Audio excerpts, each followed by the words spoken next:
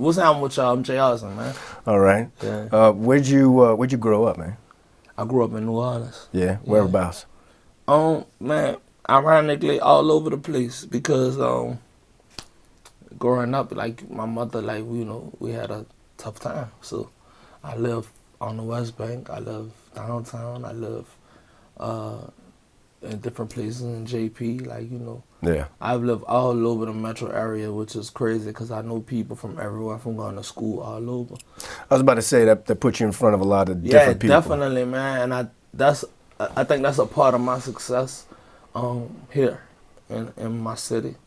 It's because there's so many people that know me from so many different walks of life, and it's such a positive thing. Like my family is from the Ninth Ward, I got family on the West Bank. People like family in the Summer Ward, family in the outskirts like Avondale, Hornville, Luland, Booty, Edgard, so. Way out. Yeah, everything is widespread because of that, and I was able, and sometimes that don't work for people, but I was able to make it work for me in a positive manner. Sure. Yeah. Out there, man. So your family was some country, some city. Yeah, for sure. Oh. So it's just two different lifestyles. Like my grandfather, damn near didn't even speak English, but I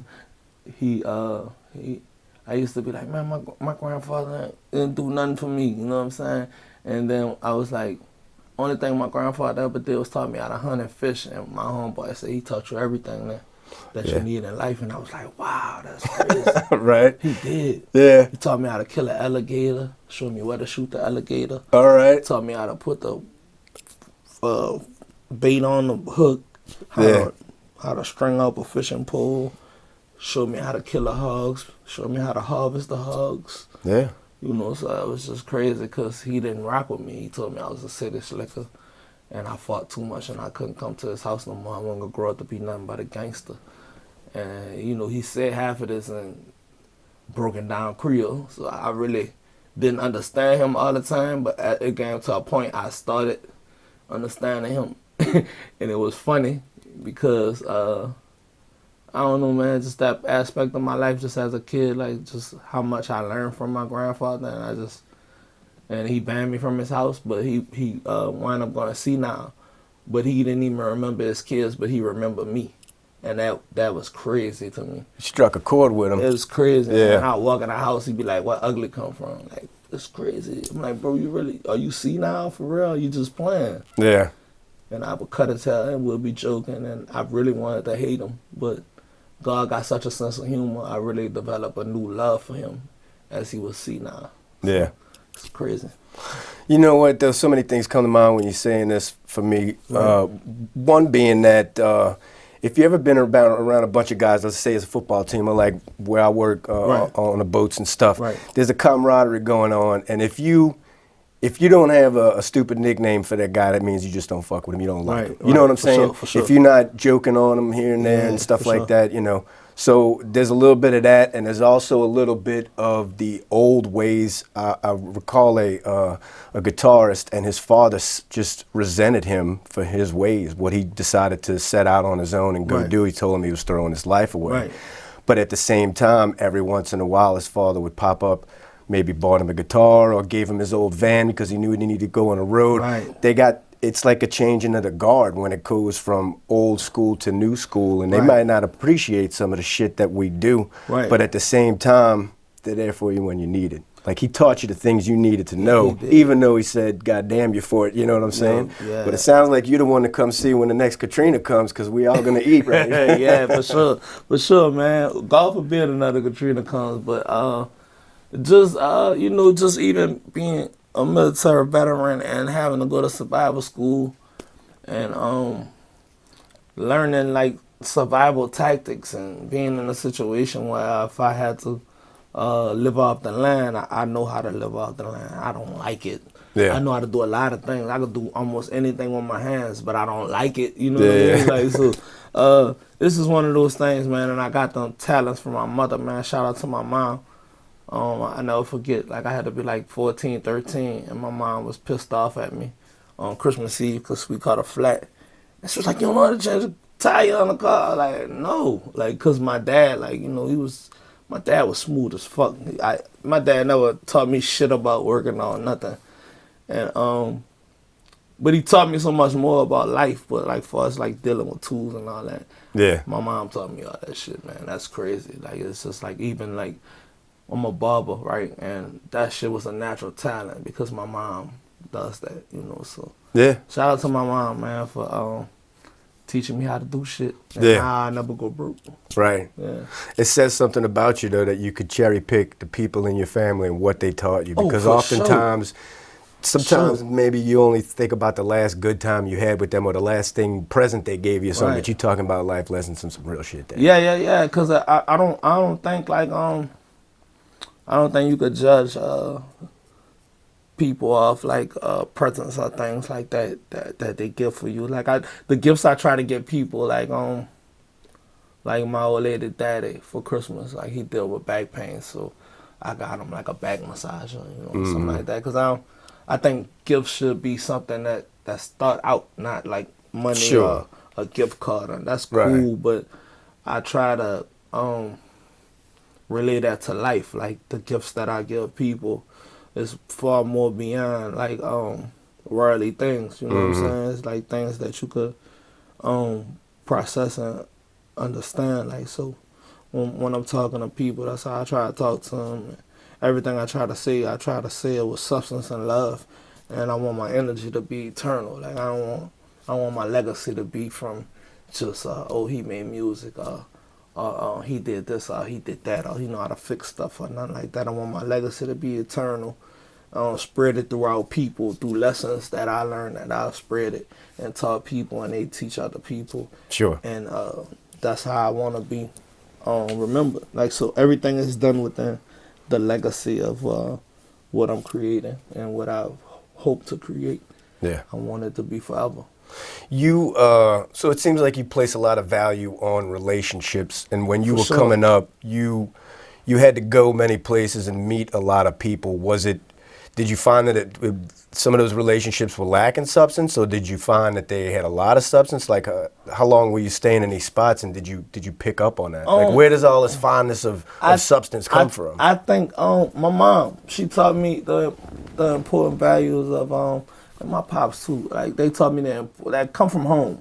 They taught me the importance of valuing things, not things, but situations. And I feel like every situation is something that is of importance because I can learn exactly what not to do from a terrible situation. Yeah. I don't feel like nothing. It's a lesson in everything. Like it's a lesson in me and you sitting down talking, and if we don't see eye to eye, the lesson in that could be like, what could I do as a person to be a better person, to understand how not to get to that level with somebody else. Yeah, it's a forgotten art. Yeah, you it realize definitely is. Yeah. It's the literal meaning of being considerate. Is to think and consider maybe what it's like to be that person, or consider how you came across to that person. Right, for sure. Right, the exchange. Sure. And so a lot of accountability takes place in those situations, and I'm, just man, like with going into the military, basically I signed up at 17 and just having to be held accountable for $1 billion worth of equipment. Right. Yeah, at 18 years old, I just accept a different type of accountability. Having a father that would wake me up out my sleep if I ain't take the trash out the room late at night because roaches come and, like... Yeah. You know what I'm saying? So I just was structured different, like, with my parents and the way my upbringing was structured. Like, my grandfather, my paternal grandfather was a pastor. Mm-hmm. So my pops just, he was pretty strict. So my pops just had a lot of different core values because of that, you know what I'm saying? And he relayed that over to me and my brother. And, and my mom, she just always gave me so much like realistic situations, and my parents always talked to me like I don't know, they talked to me as if like they was putting a crown on my head all the time, like, you know what I'm saying? It was just crazy, like it was like biblical almost, like, hey, my son, this is how this should be done. Like, I'm serious, like, yeah. So they always like, I don't know, especially my mom, she always like let me know I was a king. even without saying it, you know. And still to this day, like me and my mom will talk, and she'll just be like, you know, she'll be thankful. She's like, I'm thankful for you, son. I learned a lot from you. And I just be like, wow, this is mind blowing. You know, right. You thought it was the other way around all this time. Yeah, for sure. And I learned a lot from her too. And it's funny because we don't agree on with a lot of stuff.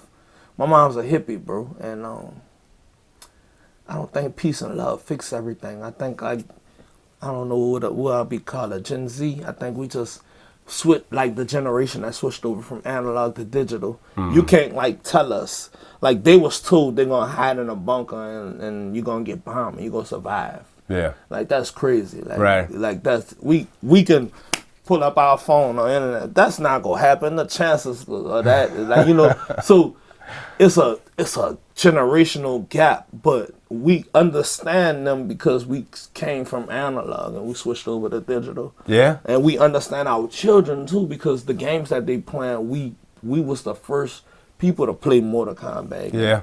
Play these 3-dimensional games like Call of Duty and all this type of stuff. So we in a funny spot, like being able to relate to the past generation. My kids can't relate to my parents, and my parents definitely couldn't relate to their parents, like so. Yeah, you know, you bring up a good point, especially crossing it with tech, because technology is evolving at such a rapid speed that it's making the dividing lines between the generations even greater, bigger gaps, because my 8-year-old would never understand what it would be like to be my grandfather. Right, never. You know what I'm saying? He doesn't understand that, and I feel like an ass sometimes, but I'll bring him outside and I'll be like, you know, I understand that you like to play on that tablet and build your world inside of there and all of that stuff. I said, but if you can't come out here and turn a wrench, you ain't gonna do anything with, you ain't gonna be able to afford that. You know what I'm saying? I don't know. He can't afford that doing tech. I can't agree with you on that. I think the point is valid, but the message needs to be tweaked a little bit to where he can understand, because you can't tell when a kid his age probably making $1 million on YouTube a year. They got YouTubers, they got computer programmers and all of that stuff. That stuff is I get it. It's touchy. You gotta even be mindful of how you word things to them, because they go pull it up and be like, bah, bah, bah, bah, bah. Like, you know, same shit I was just saying. Like, I can make that money doing this. Like, so I think the message should be hand across, like more like life lesson message. Yeah. Because if he can't turn a wrench, like, how you gonna be able to like protect your family? Like, you know what I'm saying? Unless you go just be fully loaded with cash and you can pay everybody off. Yeah, call Google for help. Yeah, for sure. Help. Yeah, right. You know, that's different. But I get it. Like I get it. But what did you pick up that you could?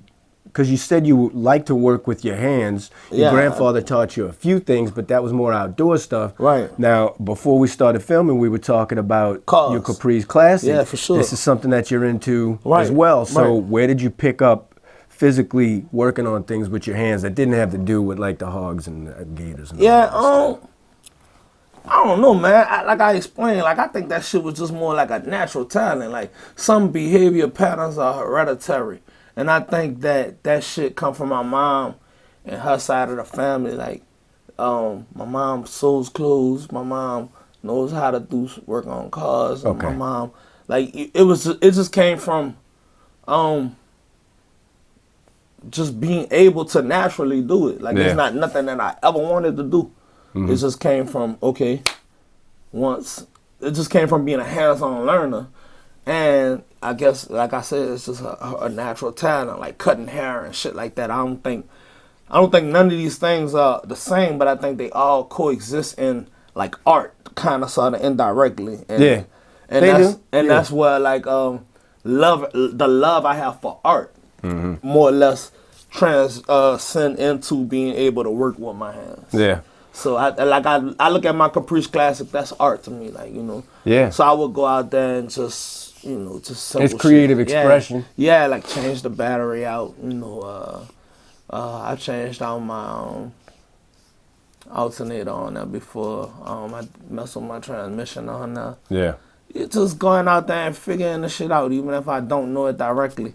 And I think figuring things out is something that I like to do. Yeah. And I think I get bored with things once I figure it out, you know. But that's why I keep throwing more stuff to the car, like just because it's exciting. You know what I'm saying? Yeah. Yeah. So I think all that transcends in the art and hereditary stuff and just me, the excitement I have for something new, like you know, like with dealing with art. You know what I'm saying?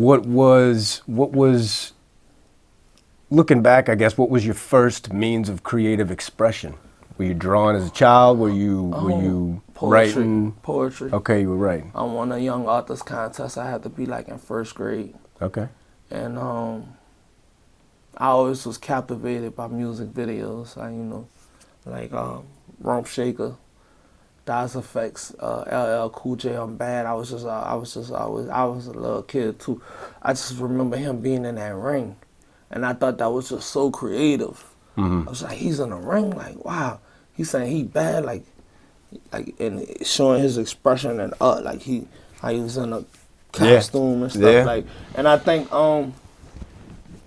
that was my first love, like the visual art of videos and poetry, being able to express myself with words. Like, cause my mother made me read the dictionary, man. I had to be like 4, you know what I'm saying? So she like always encouraged me to enhance myself, enhance my vocabulary, and just be sharp. You know, she just trained me to be sharp. What was that first little thing you were talking about? That was like an assignment in school, or you volunteered? Nah, it was an assignment at school. I didn't even have no idea. Like, you know, I ain't even think about winning. I just that's when I knew I had the ability to express myself differently with writing. Okay. When I won that contest, I was like, okay, my writing might have stood out differently because I had the ability to tell my story through my art. That's when I realized it was like an art form. I thought it was like schoolwork. And then that's when I understood, like, and then that's when I started trying to write lyrics and write raps after that. How old were you when you started writing them raps? Oh, man, I was in elementary school, man, when I started trying to write raps. But I actually I heard my voice on a mic at about 9, 10 years old. Okay, and what year is this? Damn. This was, like 90, like mid-90s. Okay. You know what I'm saying? Yeah. Yeah, like late 90s. Okay. Like 90, 98, 99. You know, and around that time. The giants, let's just call them, because New Orleans rap culture was at its peak during that time. Yeah, for sure. Did you understand what it meant to be living or from New Orleans? I didn't until about 14, 15 years old, when I went to Atlanta on winter vacation, and everybody kept asking me to talk, and everybody kept asking me where I got my Reeboks from, and it was like, where you got your Jabos from, you know, and I was like, what? This normal, like, what you mean I got my Reeboks and my Jabos from? Yeah. Why you got the cuff in your pants like that? And how they were laughing at me kind of almost, and why your haircut like that? Like, you know, I had the fade with the box, you know what I'm saying? Yeah. And it was just like, I was so different, and they were so captivated by it, but they wanted to laugh at it, but they admired it so much. I mean, okay, off top, did they not listen to New Orleans rap? They did. Juvenile was talking about T's, Rees, and Jabos, and putting it out across the nation. But it's different when it's on TV and then you see it in your face. Yeah, I get it. It was almost like them seeing a hot boy in person. Right. It was just like, they was tearing me apart. I'm like, them dudes, like, that's why like Cash Money is so important to the DNA of New Orleans, because granted, I love Master P and, you know, what the foundation he created, but Baby, BG, Juvie, Turk Wayne, man, they look like us. Like, they talk like us. Master P had a Versace shirt on. I wasn't walking around with a Versace shirt on. Like, I could, you know, like, they were the culture. Like, you know. Yeah. Like, they dress like me. They act like me. They talk like me. It was just, you know, it was just undeniable who we were. Yeah. You know what I'm saying? And just being in that situation where I was just getting kind of almost ridiculed for who I was crazy. Like just to bring it back, like that's when I realized the importance of New Orleans, like musical culture. And I like, even at like 11, 12 years old, I used to call Cash Money Records and ask them if they were looking for new talent. Yeah. Every day. And like Birdman and Slim would really answer the phone. No shit. Like, nah, we ain't looking for no talent right now, young. Yeah. And they was like, yeah, he like told me we working with a young group right now.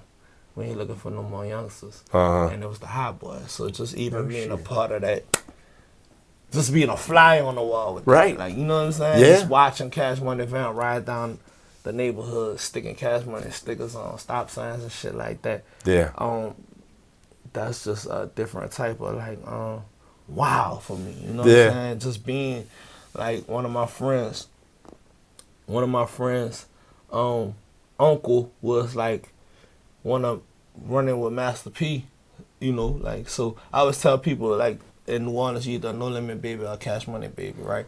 So just by me being around that, like, I was a No Limit Baby. Like, I ain't even understand it. Like, cause he would get the Benz and we'll be in a car together riding the Benz. Like, and it's crazy, like, cause I was there. Like, for all this is going on, like, seeing C Murder, seeing Juvenile, like, you know, just seeing these dudes right before, like, you know what I'm saying? It was just, it's just kind of almost like surreal. So when I'm in situations where, like, I'm talking to partners in crime, like, on the phone, I'm talking to UNLV, like, and I'm talking to Juvie, even, like, you know what I'm saying? Juvenile stopped me, he asked me about my car one day, and I'm like, you know, you Juvenile in my head, and I'm like, just chill, bro, be cool, like, you know. So it's just like, them dudes don't know how much I honor and respect them. And I tell them, you know, Mac, one of my favorite rappers, and I was at like backstage for his welcome home party. One of my homeboy helped orchestrate it. Shout out Cali Over. He helped put the show together. So I was there sitting down in the meetings with them. Yeah. Cause we was like preparing to make a run, promoting the movie that's out now, Super Rich, that I'm in. And I'm sitting down with Mac, having lunch, talking about the promotion for the show and stuff like that. And I'm like, man, I'm really living out some of my dreams in some of these moments. And even though I'm not where I wanted to be at, but I appreciate where I am. Sure. Yeah. Yeah. So that's when I really noticed like all that going on, and like just having Master P reposted me before, and he reached out, and I pulled up and had lunch with his assistant, and you know, they was just talking to me, asking me what I got going on, what I'm about to do and stuff like that. So it's just like, you know, just being in these situations, man, and full circle. I'm thankful for it, man. Just being able to know people like me, ex and stuff like that, like, you know, that's like family, you know what I'm saying? And like Fiend just reached out and just gave me a verse, like, you know, it's just, I just be like, man, this is crazy, like, you know, I never could get used to being famous or whatever. Like, you know, I'm just not him. Like, you know, like that type of guy. I'm still the same type of dude. Like that's gonna be in the neighborhood chilling.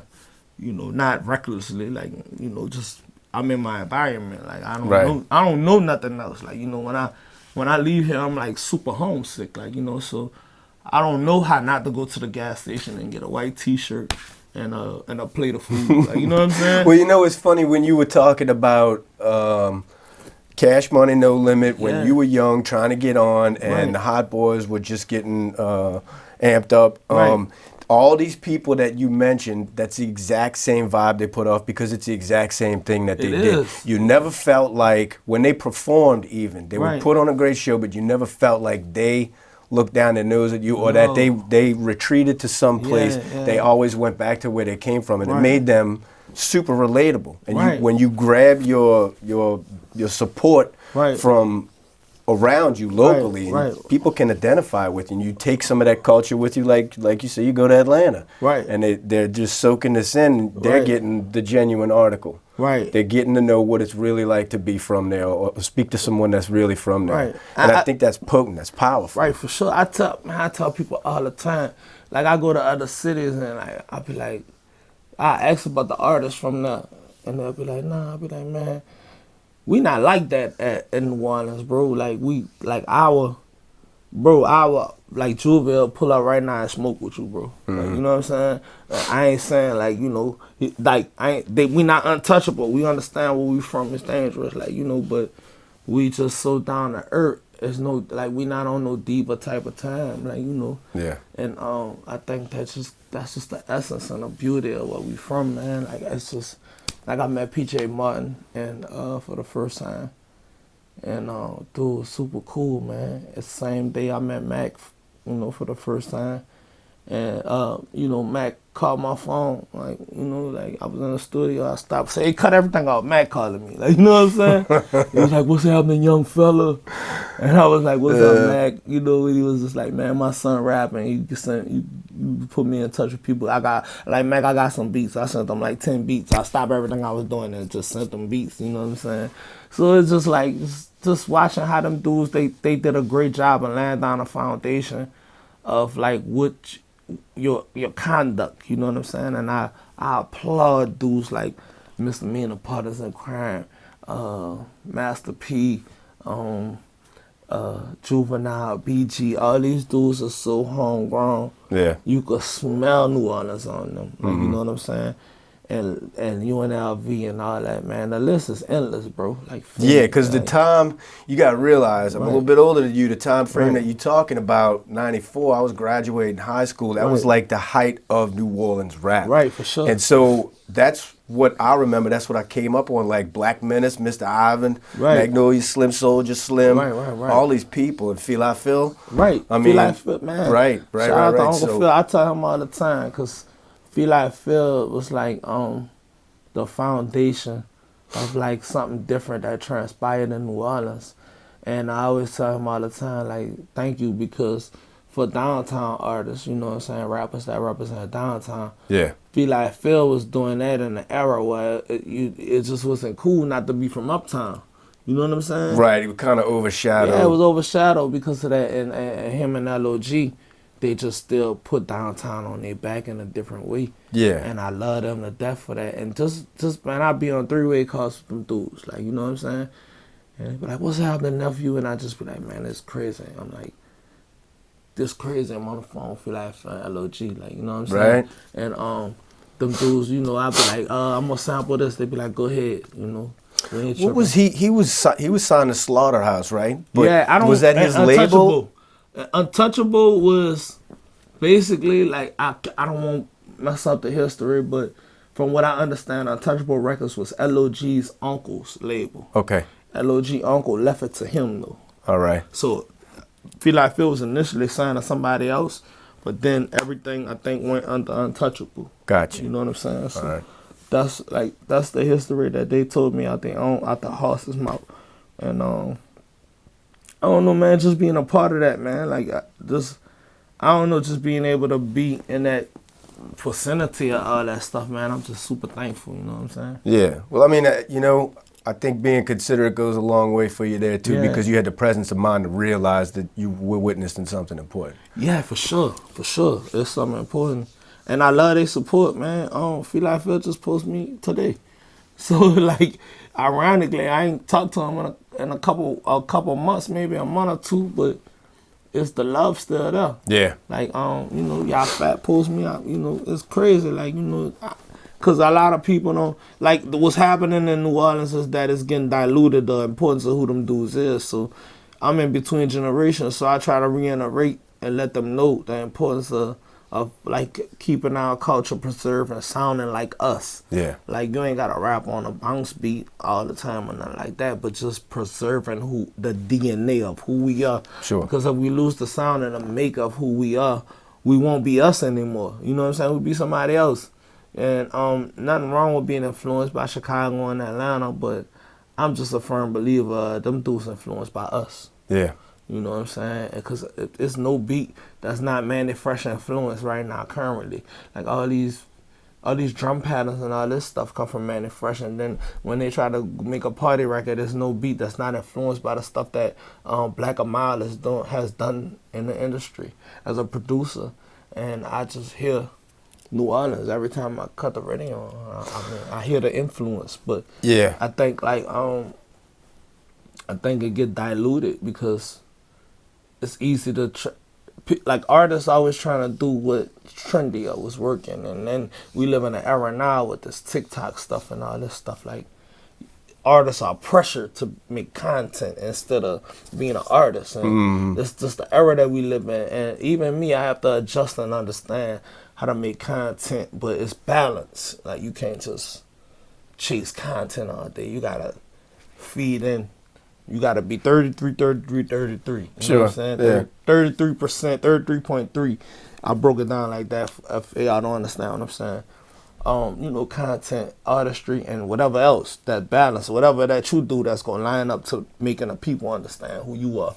It's, you know, what's funny though, as much as you and I could sit here and talk about the importance of rap culture in the South in the 90s and 2000s and up to now, I never felt like it was acknowledged on the map as a place of importance. It was always overshadowed, to use that word again, you overshadowed by the East Coast and the West Coast, perhaps because they had like some beef going on. But when you start thinking about it, Luke from 2 Live Crew, Magic Mike with the bass tapes, like when Bass Heavy was a thing. The whole Jay Prince out in Texas with Houston, and I mean you could go on and on about the significance of the South, and it's undeniable.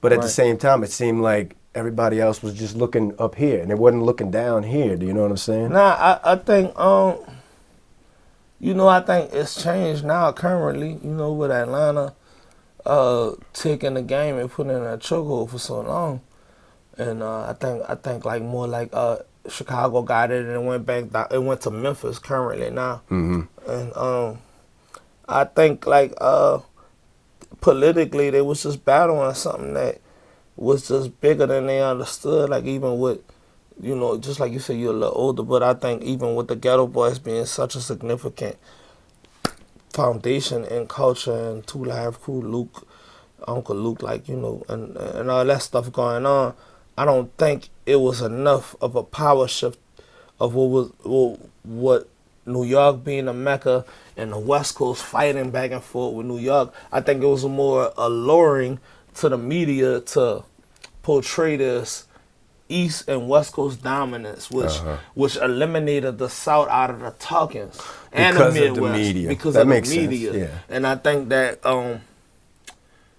like it wasn't no Instagram and nothing like that. So I think like Double XL and the Source and all these different people that controlled the media were East and West Coast areas. Yeah.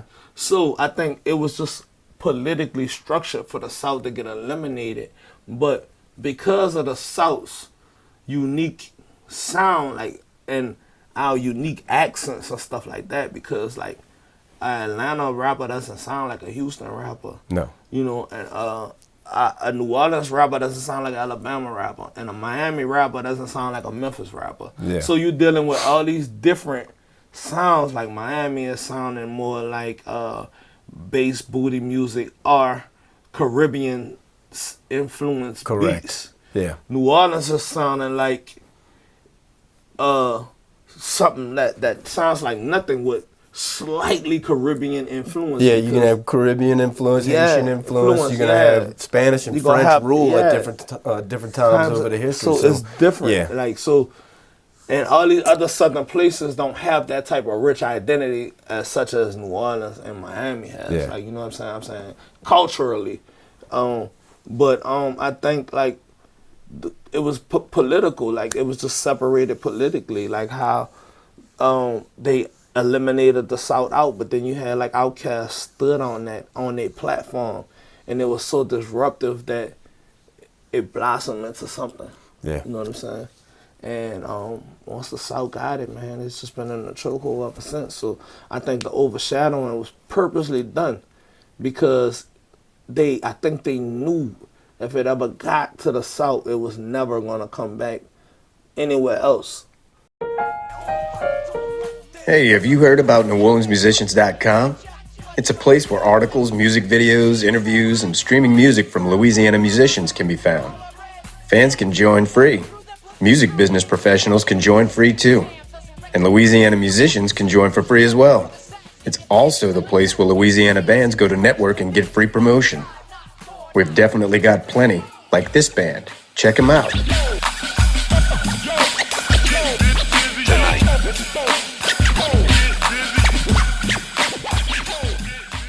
You know what I'm saying?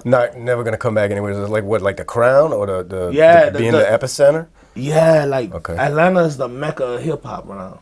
You know what I'm saying? And I think it was purposely done because the South was so unique. There's so many different places that Crown could go. Yeah. You know what I'm saying? And it has happened. Like Houston has had it for a few, like 2-3 years. After New Orleans had it, Houston had it. Mm-hmm. After Houston had it, Atlanta got it back.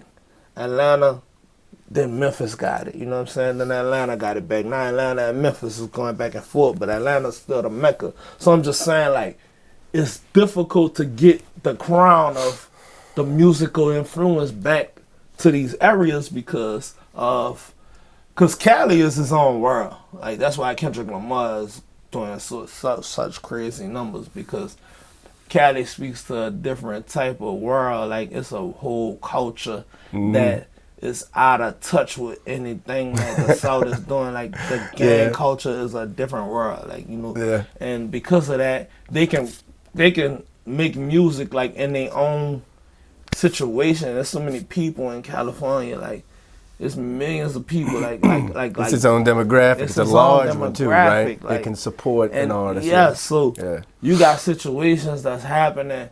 Them do, like, they go get their money and do what they do regardless. They don't have to get the South and the East Coast and the Midwest support because of that. All right, New York is sounding like Southern. They dumbing down. It's not like, you got some hip hop artists out there, but like they have been forced to conform into what's trendy. Yeah. So it's just like, okay, and what was trendy for them, they sounded like UK, the UK drill scene and stuff like that. So they lost their identity, and that's the whole structure of what I'm talking about. Like, what happens if I don't tell younger artists about these people we're talking about? We'll lose their identity. Like, how does New York sound like another country? Yeah. That's crazy. Like, they sound like UK drill. I wanted to ask you about, so like in rap circles, sometimes you will have someone that portrays himself as a battle rapper and somebody that portrays themselves as a studio rapper. Right. When you were starting to write as a child and it was time to reveal some of this in a certain way, did you find yourself? It took me a while to find myself, honestly, because there was so many different things I was influenced by. Like, I was more of a Biggie fan than a Pac fan. Okay. Like, I was more East Coast influenced because I liked their style, like their dressing style. It was like more flamboyant and how I was, like Dipset. That's exactly how I dressed at the time before they came out. You know what I'm saying? So I was like, oh, like, you know, seeing that, like, I connected with it. Being a fan of Beanie, I think Beanie Siegel smashed Jay-Z on every song he ever did with him. So it's different for me, like, just being influenced by you know, that aspect of music. So I think I came in thinking like I was gonna be a battle rapper, like, cause I was just like influenced by that. And then over time it was just like, okay, I didn't have nobody to battle because there wasn't no structure for it here. So then I start figuring out how to make songs. And being from New Orleans, the first thing I'm gonna do is gangster music because that's my environment. That's all I saw as being a product of. So then over time, like, I had to go through the different stages I had to live. So then I started really being too deep in the streets. So now I'm rapping about what I'm doing in the streets. Yeah. So now, like, you know, I had to go through all these different emotions to find a sound. And then, like, when it's all said and done, I don't think I have a specific sound because of that, which is the uniqueness of it. Because I can make party music, I can make lyrical music, I can make. I think my sound is just being myself. Yeah. And all these different things make me a DNA as an artist, being influenced by things of Partners in Crime and Jay-Z and Mac and Nas. Right. It's impossible for me to just go in the studio and be one-dimensional when I'm influenced by so many different things. Like, so I just think like I think it takes an artist a while to develop a sound, especially if he didn't come in on his own sound. You know what I'm saying? No, I'm going to tell you right now that you've not stuck to one sound. How many albums do you have out right now? Like about 5, and none of them sound the same, except like the series of albums that I make. Like I got In the Meantime 1, 2, 3. Yeah, I was going to ask about that. Yeah, they kind of got the same feel, because the first one I thought was an incredible body of work, and I was like, okay, like because I used that In the Meantime to like outlet that I do lyrical music, and it turned into something else. It turned into me a form of expression, that type of sound, like that boom pat sound, and it just gave me an outlet to cater to the fans that come to me for that boom pat sound. And for the people out there that are not familiar, you'll put out an album, and then it'll be like a year or two, and you'll put out something that's called In the Meantime, and then you'll drop your next album, and then in between that and the next album you will have In the Meantime Part 2. And you are on In the Meantime Part 4 right now? Yeah, I haven't dropped 4. I did 3. Okay. I kind of battling whether if I'm gonna do it again, because I've been working with this artist from New Orleans East, producer named Swerve, and we created a whole different sound that was inspired by In the Meantime and with super New Orleans influence. So it infused to something else. So it's going to kind of remind you of In the Meantime, but I just decided to name it something else because it's something different.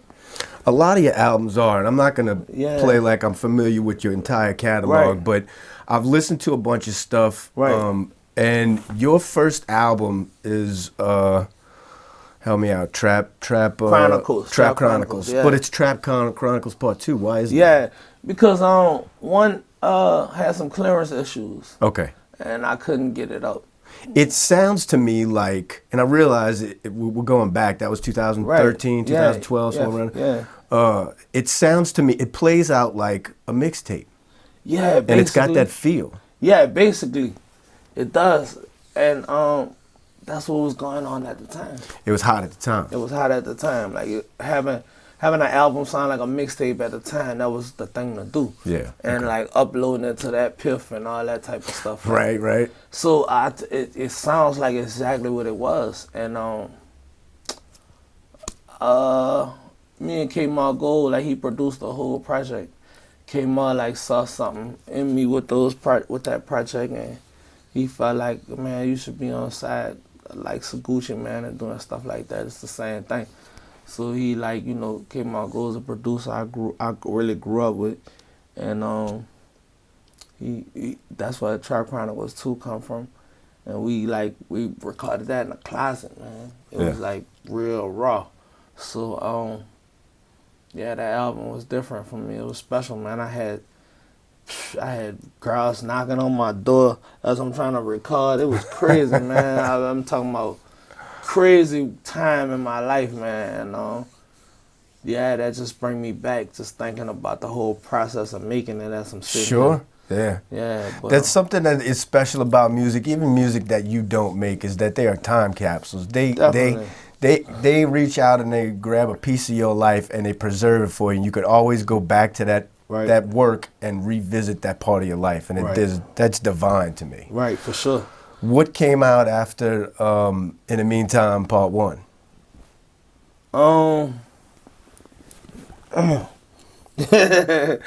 Damn, what came out after that? I don't recall the title. Was it the one with the drill sergeant? Nah, I can't think what came out after that, man.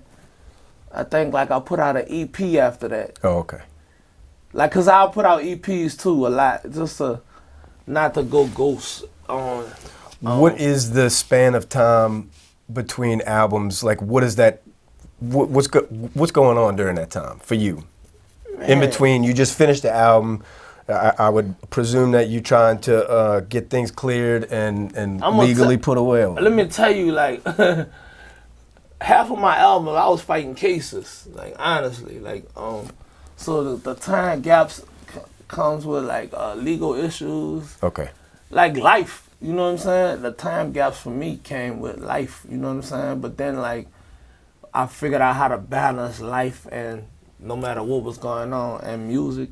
And then after I did that, I think it flowed a little bit better. But then I started getting frustrated because I was in all these meetings with labels and all this shit. And we just talking in circles. And I'm just like, why are we talking in circles?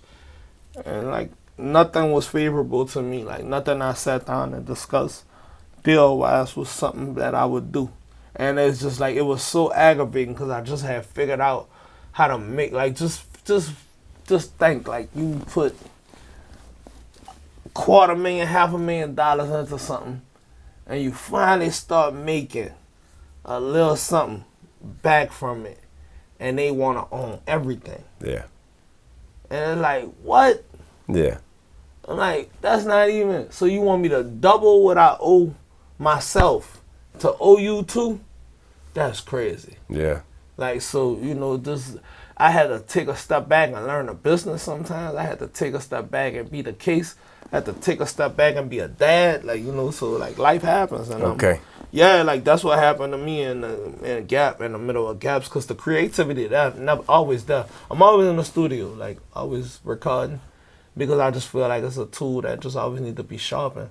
You still fairly consistent with the timeline of dropping albums, and you got in the meantimes in the midst of that. And I think that tells people that you're itching to get it out. You're itching to put stuff out. I got like 3 albums right now. Yeah. That I like fight with myself. I'm like, all right, I'm not gonna put this out right now, because now we live in a different time. Like, the music don't speak for itself anymore. So now I have to think about a campaign. I have to think about the marketing budget. I have to think about videos. Yeah. Like, I have to shoot at least half of the videos before I drop the project. That way, in the middle of those videos getting tested, the fans could tell me what the other songs are that they like. Yeah. I gotta figure out the content that's gonna cater to everyone and not just music. Like, so it's a different game we playing now, and it's slightly more stressful than it has ever been, because nothing is based on how good the music is anymore. Yeah, you said a mouthful. Yeah. Yeah, so it's We're just playing like, games with algorithms. yeah, it's like, all right, I'll post something, and now artificial intelligence has realized that this is music. It's Right. not just me talking. They realize this is music that I can make money off of. So now, the algorithm on that is already cut in half. Yeah.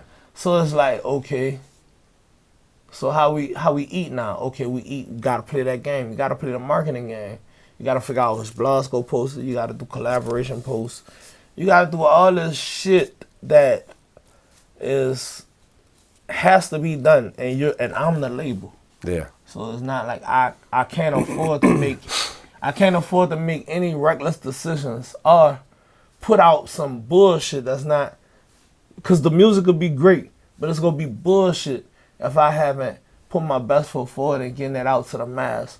Like, I got an album out right now, and I'm so aggravated at myself for it, because I was ahead of the time on the music. This before everybody started doing all the bounce shit and everything. The album is called Soldier Love, and I hurt myself because, no lie, Mr. Mina called me up on the phone and told me he ain't like the album, right? And I was like, what you mean? Like, you like, why you ain't called me to help me direct you on the sound of some of this stuff, right? So it kind of discouraged me. I'm like, fuck that album. Like, you know what I'm saying? Yeah. But like, I shouldn't have did that, because the album is a no skipper. Like, straight through, you can play it. Yeah. You know what I'm saying? And I was like, that's a prime example, and it keeps me from dropping a mass of music, because I dropped the ball on that album. You think so? I think I dropped the ball on that album. That's the last album I put out. But it made me extra sensitive to timing and understand the marketing that needs to get done. So your feeling is that you kind of jumped the gun a bit on the processes I that you jumped the needed to gun. go through. Yeah. And what was Mr. Mina talking about? Mr. Mina was talking about like, damn, he meant like it wasn't conventional sound of bounce. I'm like, it wasn't meant to be conventional sound of what happens in bounce. It was infused, this is the way I do it. He was like, no, you have to resonate with what has been done before. It's a reason why it's done this way. And which I didn't agree with, but I understand what he's saying. You know what, though? I mean, I kind of get what he's talking about. Right. We have already established, I mean, I agree with you, and you will say that your style varies over the years. And we're talking about a catalog of work that's over 10 years. Right. And so, I mean, it's going to vary. Artists mature. Yeah. But there are some cohesive elements throughout all of these works that I can see coming from New Orleans, because you hear the vaca-redo calls, you hear the trigger man bells and the claps, and you hear that beat in the pocket, in the funk, and you hear those things throughout all of these works, even though different styles prevail. And this last one that you're talking about, Soldier Love, is that the first time you were singing? Nah, that's the first time I probably was singing, and I put it out there. But I like. How you feel about it? I like to sing, man. Yeah. I like harmonizing.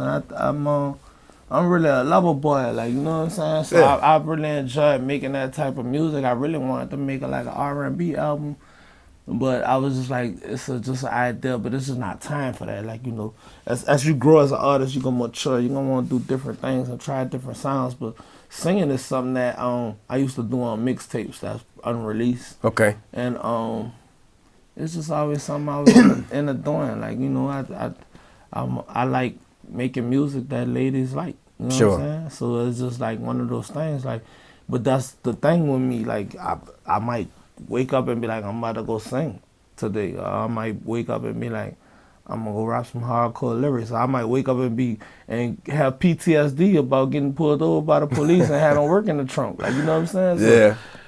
it's just all these different DNA of mixtures that make me as an artist, and I think that's what made me unique, being able to tap into all these different things, you know, and being able to express myself with authenticity. Like, I'm not trying to do what nobody else doing. Sure. It's really who I am. So it's hard to be all these different things, but I am him.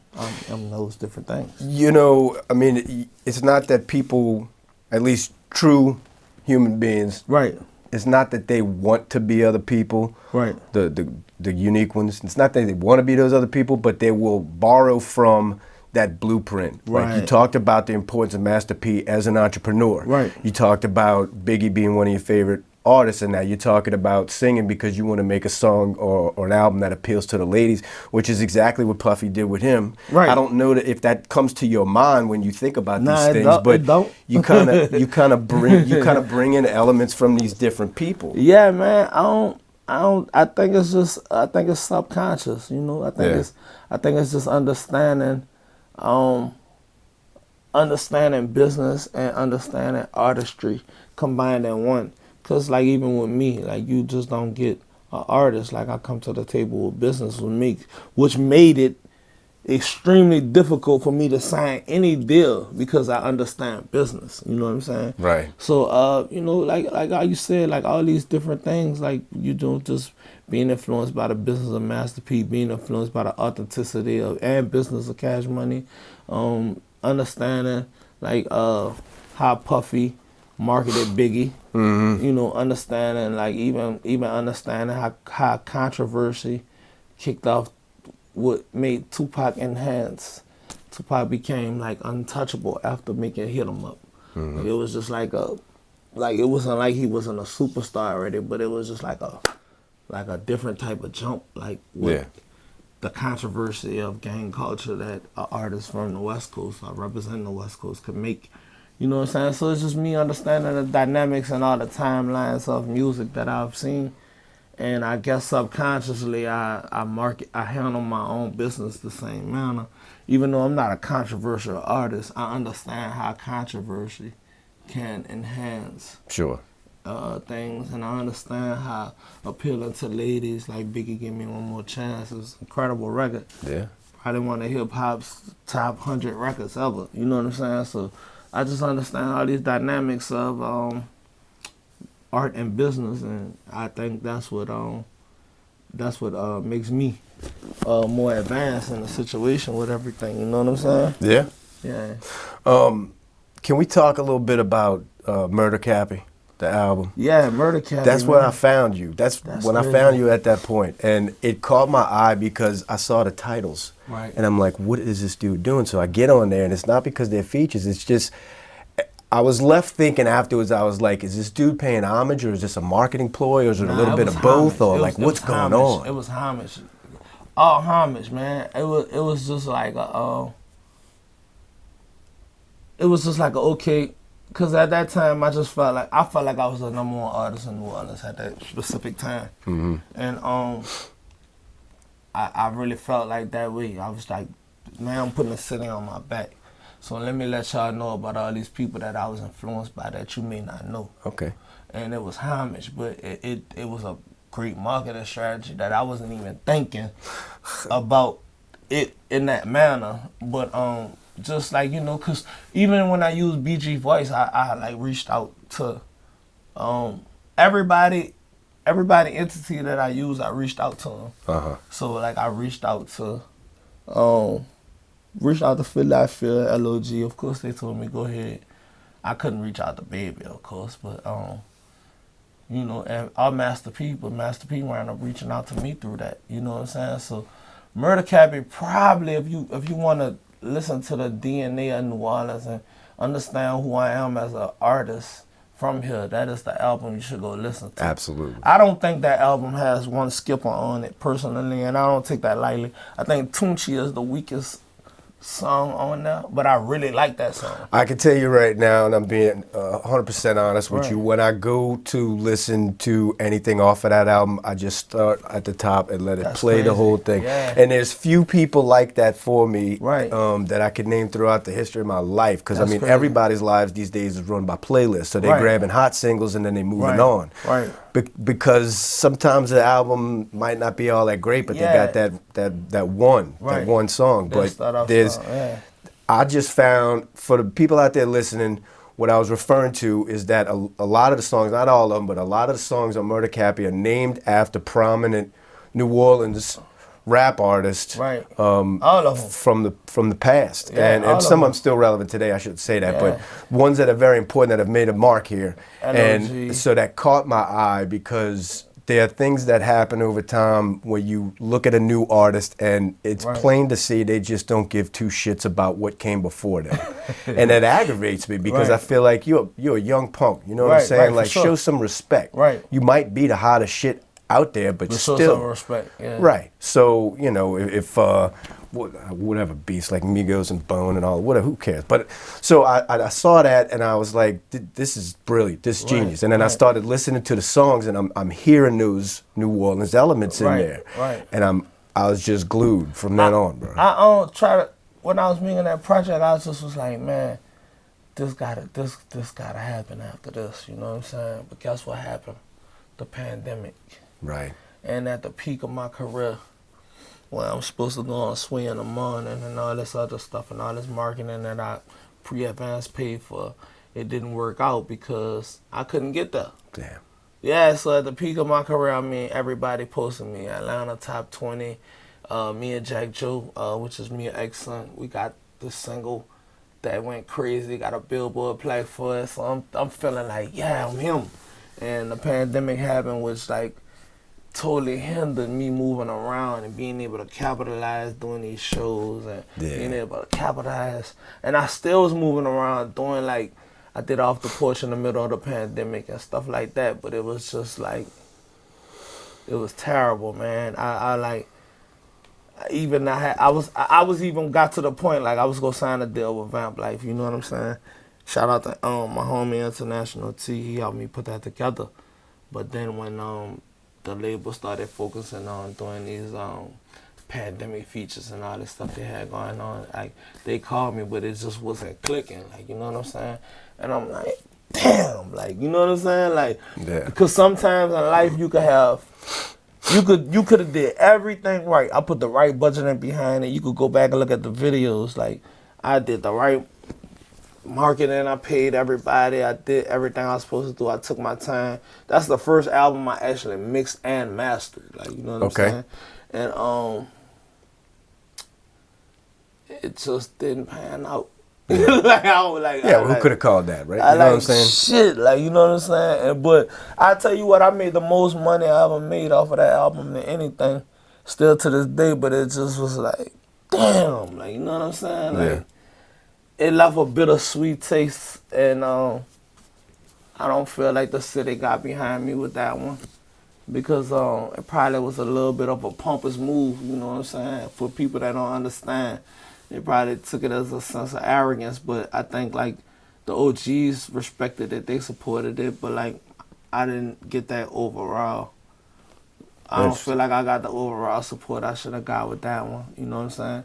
Because I did that for the city. Do you think it has too much of a New Orleans sound to resonate across the nation? I think it's politics. You know, I don't think it's like, I think slightly that too, but I don't know, because it's all stuff that is nationwide influence. Like, it was done tastefully. Like, I think so. I'm just curious what you see behind the scenes that you think is affecting that. I think it's tough when you an artist that look like you got somebody behind you already, and I'm the CEO that's behind myself, and I think it scares people off because nobody wants to sign a smart rapper. Mm-hmm. Like, you know, and then, like, you go look at my interviews, like, it ain't nothing I display, but you can see I'm not a dummy. Yeah. So it's just like, I think it was a little intimidating for business. Mm-hmm. You know what I'm saying? Not saying that I'm not gonna conform enough for it to even transpire to a situation where I'm getting shafted. Like, you know what I'm saying? So it just was, I think it was a little bit ahead of its time. Mm-hmm. I think, like most things that I do as an artist, like, I'm a little bit ahead of my time. And the stars didn't align. Like, you know, because you could be the total package artist, had the music together, had a business together, and then, like, it's just one missing component. Like, you know, the pandemic.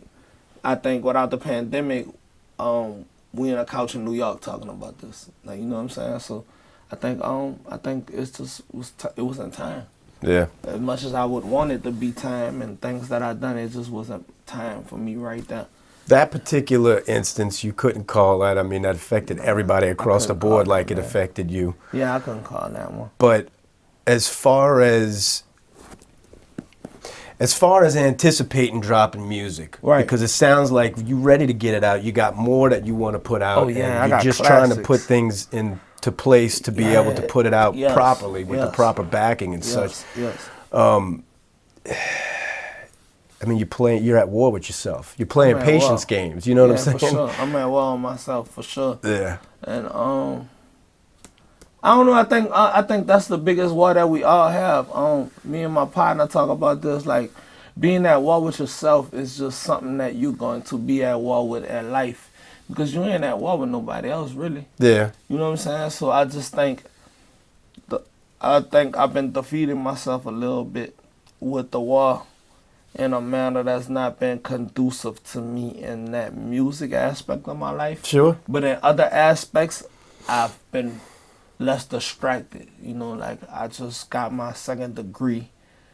It's like life been lifing, you know what I'm saying? Like, just got my 17-year-old enrolled in UNO. Mm-hmm. You know, it's just been like different things been transpiring, so it just goes back to that balance. Like, so when the music is doing that, then I probably definitely excelling somewhere else. You know what I'm saying?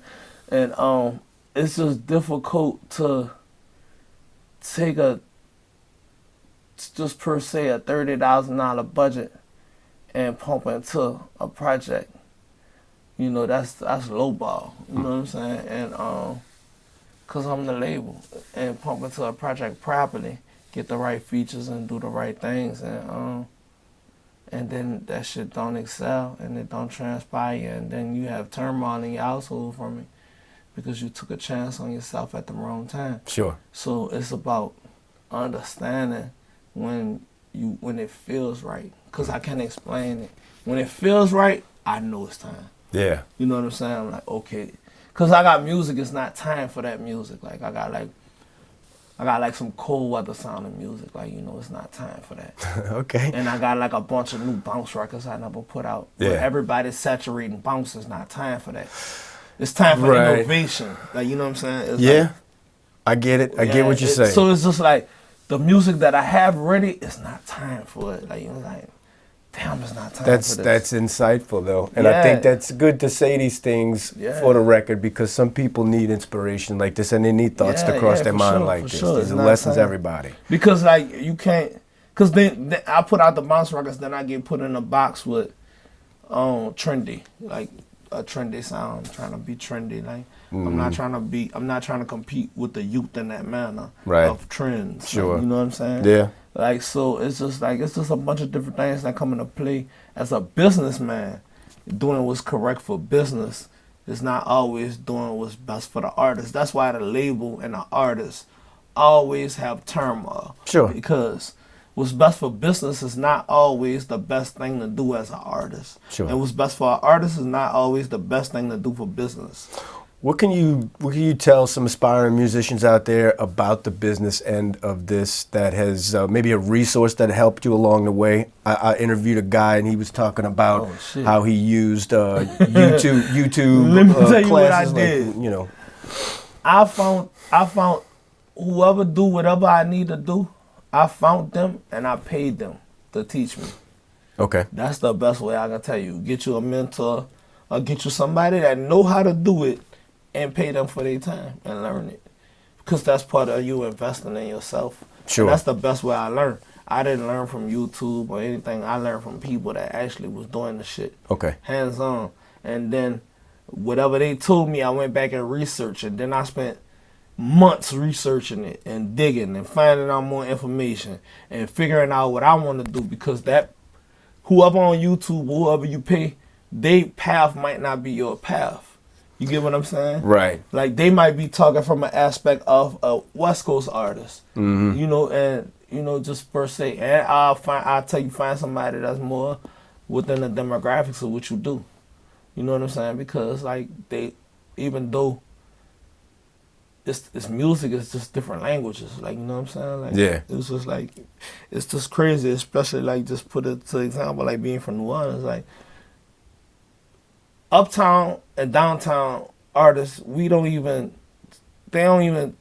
talk the same. Like, uptown and downtown people, we don't even do the same drugs. Like, you know what I'm saying? It's like, they might do yellow trains and we might do white trains. Like, and I ain't promoting people doing drugs. I'm just giving an example of, like, the differentiality of even it falls in the artistry. Like, you know, like, the words I'm gonna say in my raps, like, uptown rappers not gonna say that. And so that's why it's important to find somebody within the genre of what you do and learn from them, and enhance it to what you bring to the table. Sure. So that's the advice I would give an artist that's, like, you know, trying to figure it out in that manner. You know what I'm saying? That's good. Yeah.